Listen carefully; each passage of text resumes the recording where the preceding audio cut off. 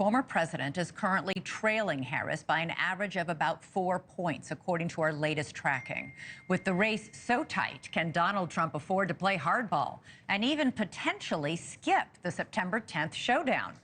Joining us now to discuss it all is Harrison Fields. He served as an assistant press secretary in the Trump White House and is a Trump 2024 campaign surrogate.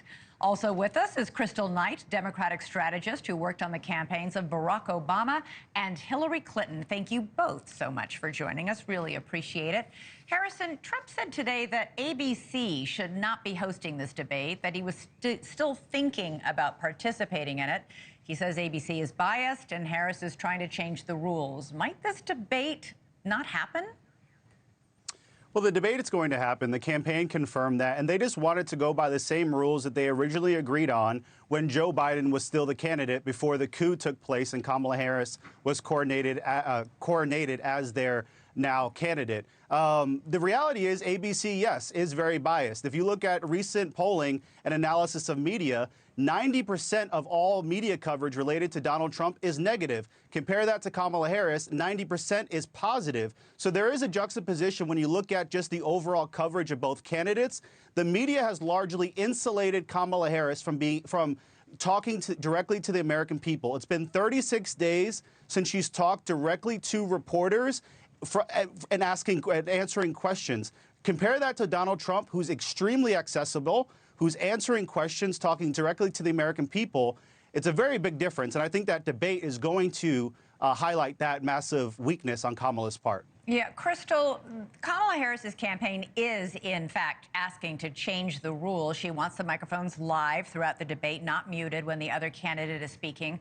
Why is that so important to her? Well, I think it's important because what we know is that Donald Trump is a chief antagonist. He has used this tactic over and over again in 2016 and 2020, and he is sure again to use it this year. One of the things that also I think the campaign is thinking is, what are ways that Donald Trump can trip over his own words better than him interrupting Vice President Harris, better than him speaking out of turn and really having another terrible viral moment that will absolutely play into the hands of the Harris-Walz campaign. And so I actually think it's the right strategy and the right approach for them to take.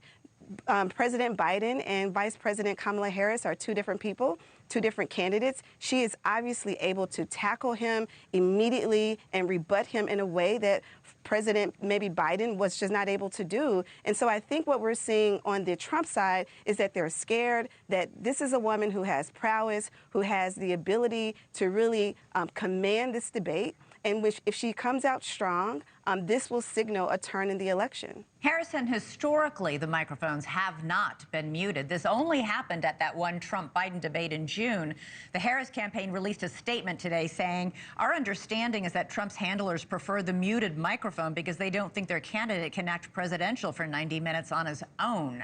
In 2020, Trump insisted that the mics stay on. What's changed?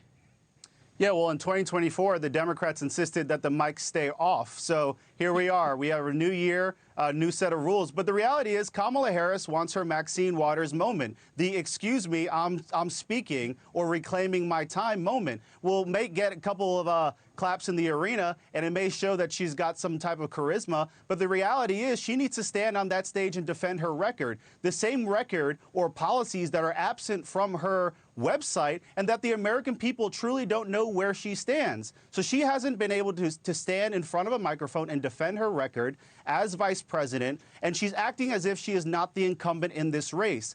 Everything bad in this country, when you look at the economy, when you look at the border, when you look at the Middle East, all of these things are attributed to the Biden-Harris administration, and she needs to answer for that. Luckily for Donald Trump, he has a record. He has a record of accomplishment, low interest rates, low inflation, a secure border, peace deals in the Middle East to stand on, and he is not afraid of the debate rules. He's sure as heck not afraid of who he is debating. This man is tested and ready, and he will be ready to perform on the debate night. But Harrison, if he's not afraid of the debate rules, why not just agree to the open mic and go to the debate? He's always done, he's gone above and beyond when it comes to the debates. He basically gave Biden carte blanche when it came to the rules, and he's just saying respect the rules. Just because you all have a new candidate in this race doesn't mean she can stroll right in after being crowned at the DNC convention, that she can somehow walk in and have all these new rules. Thanks for watching. Go to joinnn.com to find News Nation on your screen. And don't forget to click the red subscribe button below to get more of News Nation's fact-driven, unbiased coverage.